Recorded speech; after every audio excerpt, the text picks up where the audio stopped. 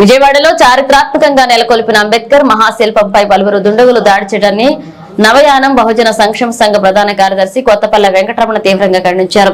విశాఖ నగరంలోని బుల్లయ్య కాలేజీ దరి అంబేద్కర్ భవన్లో ఆదివారం జరిగిన మీడియా సమావేశంలో ఆయన మాట్లాడుతూ ఘటన జరిగి 3 రోజులు అవుతుందన్నారు. దుండగులను అరెస్ట్ చేయలేదంటే అనేక అనుమానాలు తావిస్తున్నాయని మండిపడ్డారు. తక్షణమే విజయవాడ పోలీసు అధికారులు స్పందించి దుండగులను పట్టుకోవాలని కోరారు.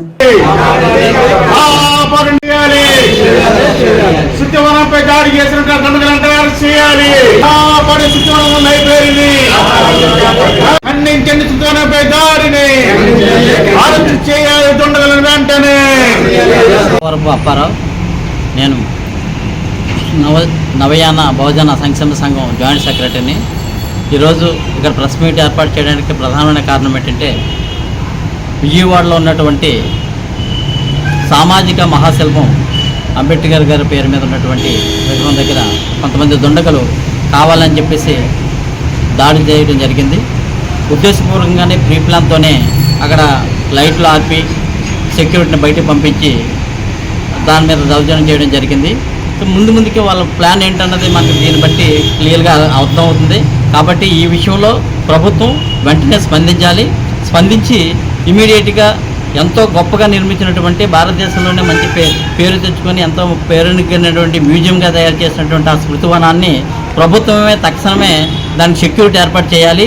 అవసరం అనుకుంటే అది మా భారతదేశ సొత్తు కాబట్టి కేంద్ర ప్రభుత్వ బలగాలతో రక్షణ ఏర్పాటు చేయాలని చెప్పేసి ఈ విధంగా ఈ సందర్భంగా మేము డిమాండ్ చేస్తున్నాం.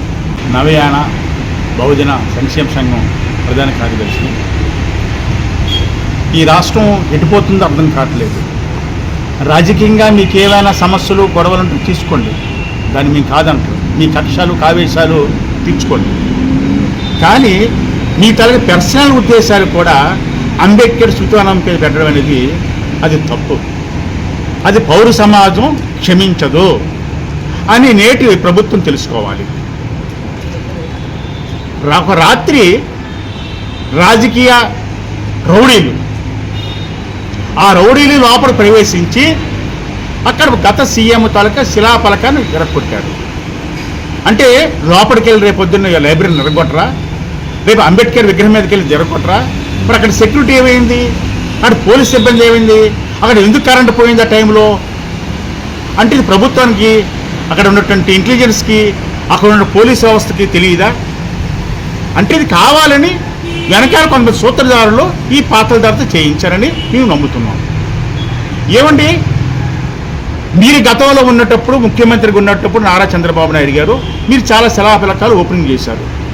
దాన్ని ఇంకొకరు ఇరగొడతారా? మరి మీరు ఇక్కడ ఇరగొట్టారు మీ దుండగులే. ఎందుకంటే చెప్తున్నారు క్లియర్గా, కండువాలు వేసుకున్నారు. మేము చూసాం వాట్సాప్ మీడియాలోని. అందువల్ల మీ వాళ్ళని చెప్తున్నాం మేము. మీ కోపం వస్తున్నా పర్వాలేదు మాకు, కానీ వాళ్ళ మీద ఎందుకు మీరు చర్య తీసుకోలేదు? మీకు ఒకటే చెప్తున్నాను, ఇదే తెలంగాణలో కూడా గత సీఎం కేసీఆర్ గారు కట్టారు అక్కడ అంబేద్కర్ తాలూకా శృతివనాన్ని.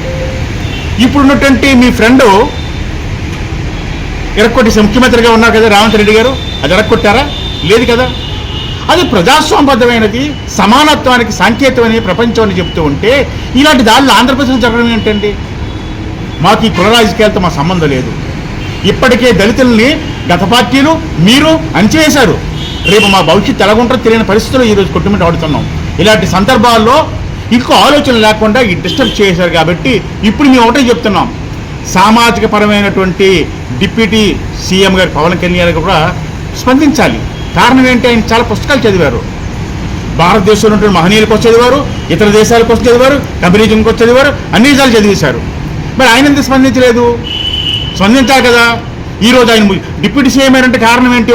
ఒక బహుజనుడు, అంబేద్కర్ భిక్షే కదా, పూలే భిక్షే కదా, పెరియార్ భిక్షే కదా, బుద్ధుడు భిక్షే కదా.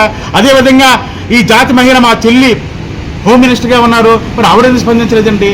అంటే దీని సూత్రధారులు ఎవరో వాళ్ళకి తెలుసు. గవర్నమెంట్కి తెలీదా? పోలీస్ వ్యవస్థ తెలీదా? ఇంటెలిజెన్స్ తెలీదా? ఇప్పటికైనా దొండగలను అరెస్ట్ చేయాలి, ఆ ప్రాంతాన్ని రక్షణ కల్పించాలని మేము డిమాండ్ చేస్తూ ఉన్నాం.